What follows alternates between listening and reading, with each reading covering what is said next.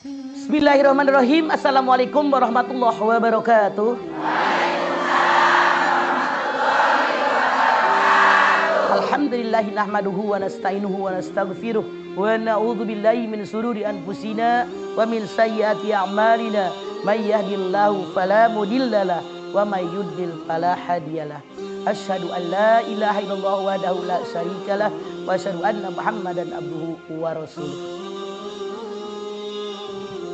Gengsi Nikah atau gengsi? nikah apa gengsi sih yang mahal?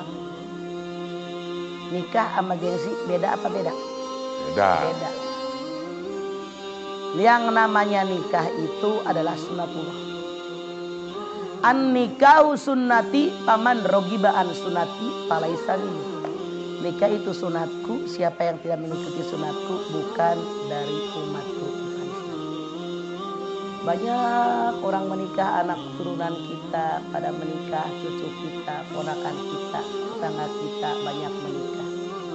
Cuman yang namanya menikah kita lihat banyak sekali macam-macam. Ada yang menikah cuman syukuran RT doang. Ada yang menikah cuman syukuran pengajian di RW doang. Ada yang menikah maaf dalam tanda kutip, saya tahu persis, cuman datang mereka pengantin dengan saksinya itu ke kantor KUA doang. Ada yang menikah wah, Waduh. sering bak pernikahan putih raja. Sebetulnya yang namanya pernikahan mahal apa murah? Abdel bilang sebetulnya nggak mahal. Orang Departemen Agama itu bercerita dalam di Menteri Agama itu yang namanya orang nikah kalau di kantor KUA cuman 300.000. Murah apa mahal? Sekarung beras ya. Tapi kenapa orang-orang kadang-kadang mundur ngeper kalau mau nikah? Kok belum nikah?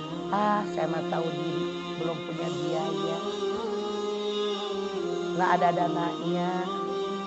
Dari mana duitnya kalau saya mau nikah? Tuh, padahal mah dengan uang 300.000 ada calon suami, ada calon istri, ada wali di pihak perempuan, ada 2 orang saksi adil. Ini sudah sah pernikahan. Harusnya nggak usah repot-repot.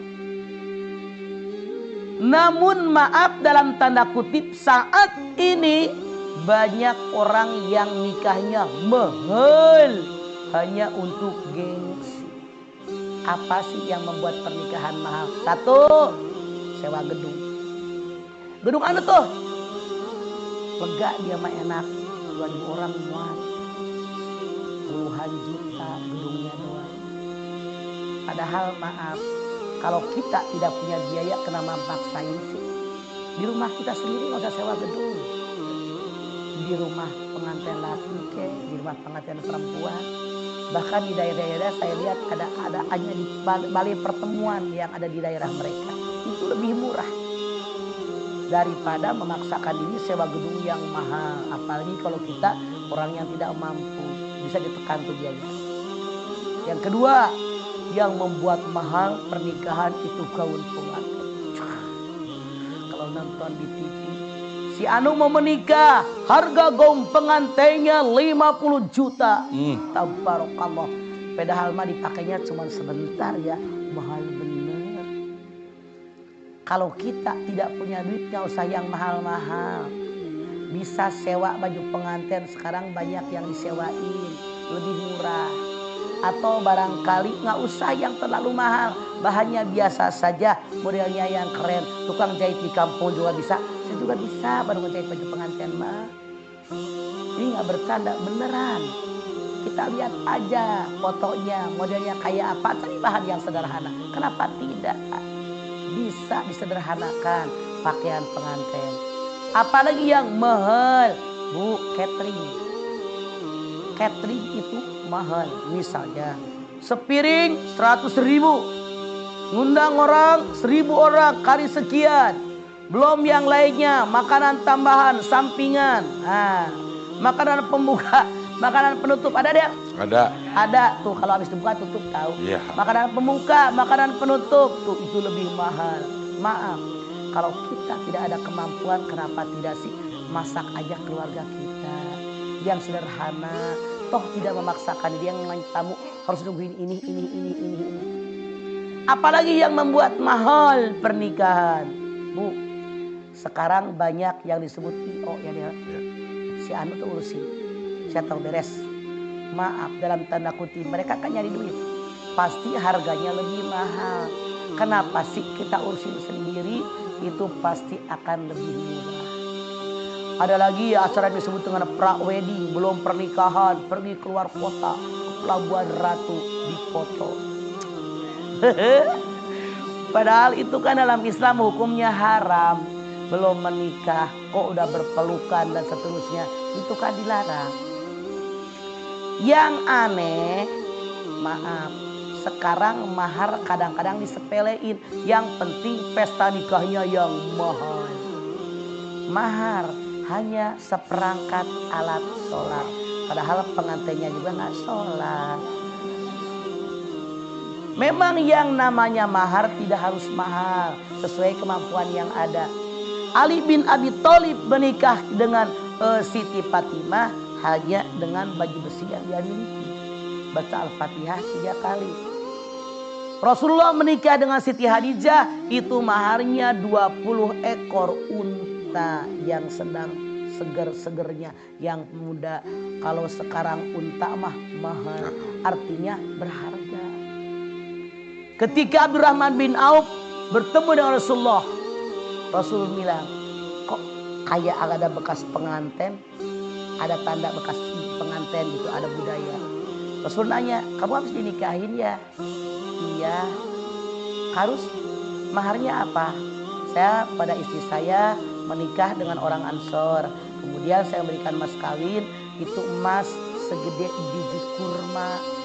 Tuh. Oh, Rasul bilang sudah mengadakan walimah, belum bikinkan walimah, walaupun hanya memotong seekor kambing.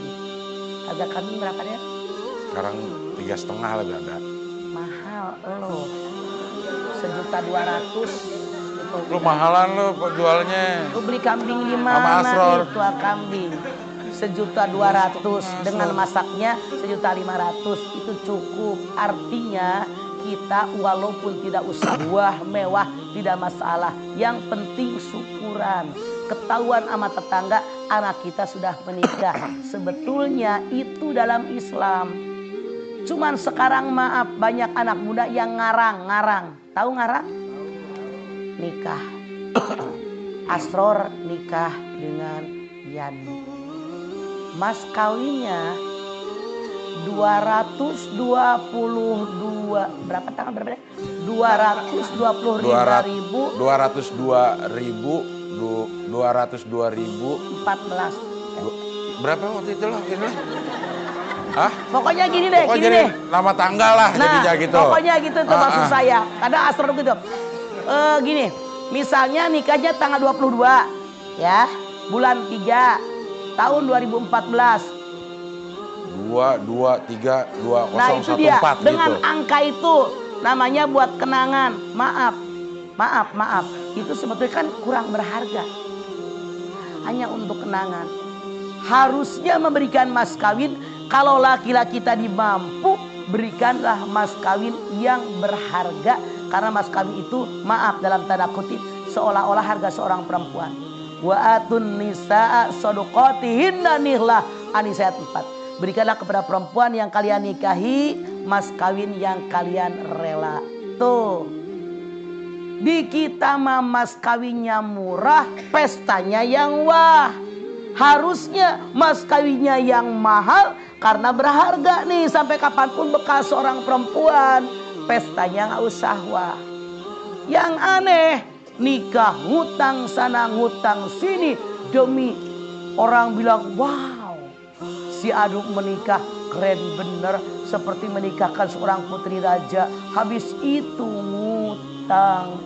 Mendingan saran saya sih, karena saya nggak punya duit, mendingan juga sederhana saja nikahnya. Kalau kalian punya duit, duitnya buat modal usaha setelah ada pernikahan, insya Allah hidup kalian tenang dan tentram. Jadi nggak usah nguber-nguber gengsi. Yang penting pernikahan sah di hadapan Allah. Begitu.